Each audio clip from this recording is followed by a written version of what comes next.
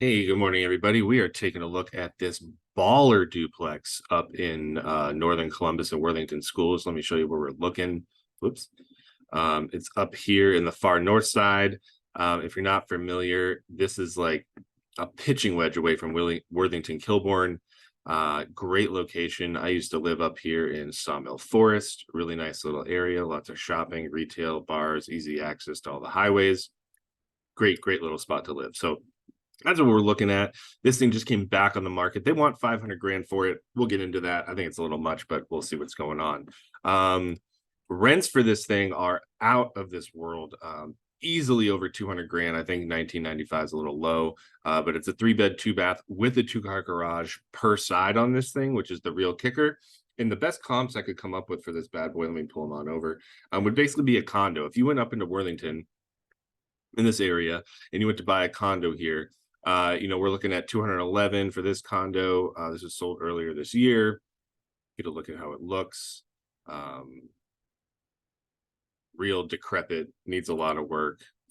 It's got a pretty bad exterior. Does have a 2-car garage, but overall needs a good bit of work. How about back at this bad boy? Then we got this one here, went for 227. That's like a bit of a nicer one.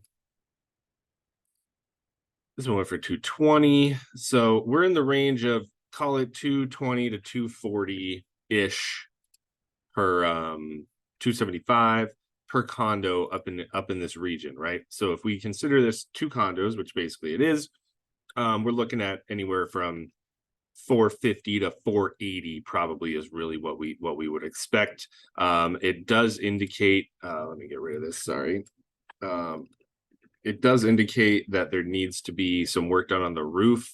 And the real kicker here is the rents. Okay, so they've got these guys locked, these guys being the tenants, they've got them locked into leases until May of 2024. And one's at $1,600 a month, and one's at $1,055 a month.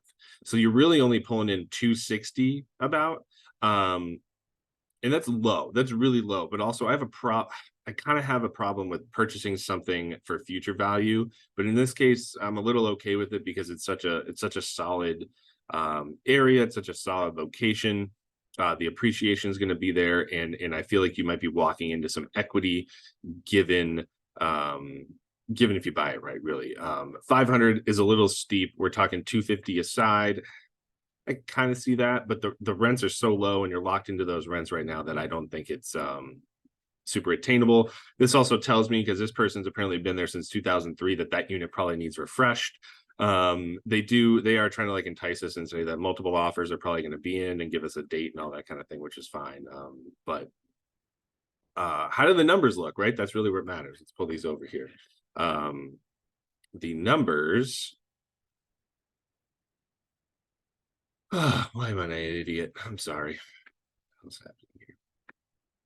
All right, here are our numbers. Sorry, I lost them.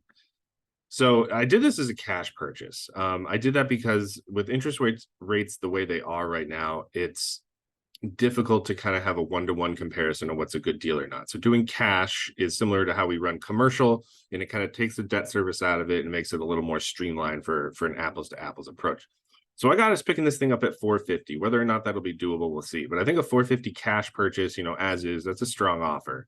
I think you probably plan on putting 20 grand into it to refresh that one unit, and you're probably going to put a little bit into the roof if there's some water intrusion like they claim there is.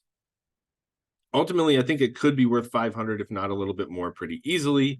But it'll take a little bit to get there. I've got it at $2,400 in rent. I think I put down, yeah, 4,400, so 2,200 a unit, which I think is very feasible if they're in decent good shape. So you come out with a cash on cash of just about 7%. It's pretty good for today's day and age, I feel like.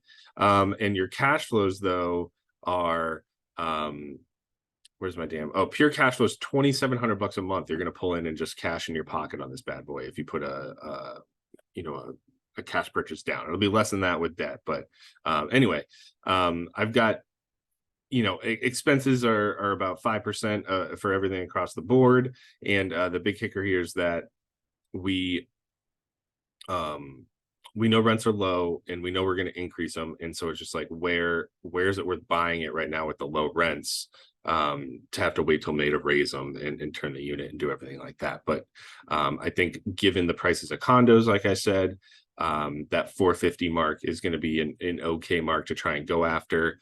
If not a little bit more, I could see even paying 260 aside, and it still being okay. So that's where the numbers lie. Like I said, I think the real value here is the school district, and is the location, and the fact that this thing is so huge and each unit comes with its own garage. It's pretty rare for duplexes, even in this area. So all in all, it's a pretty baller property. I think it's certainly worth going after. So if you have any questions, if you want more details, or if you just want to kind of plug in your own numbers in your own situation, let me know. Happy to run that with you and jump on a webinar or whatnot. So again, this was 1814 Hightower. My name is Michael. Hit me up if you got any questions. My email should be below, and I'll see you guys in the next one. See you later.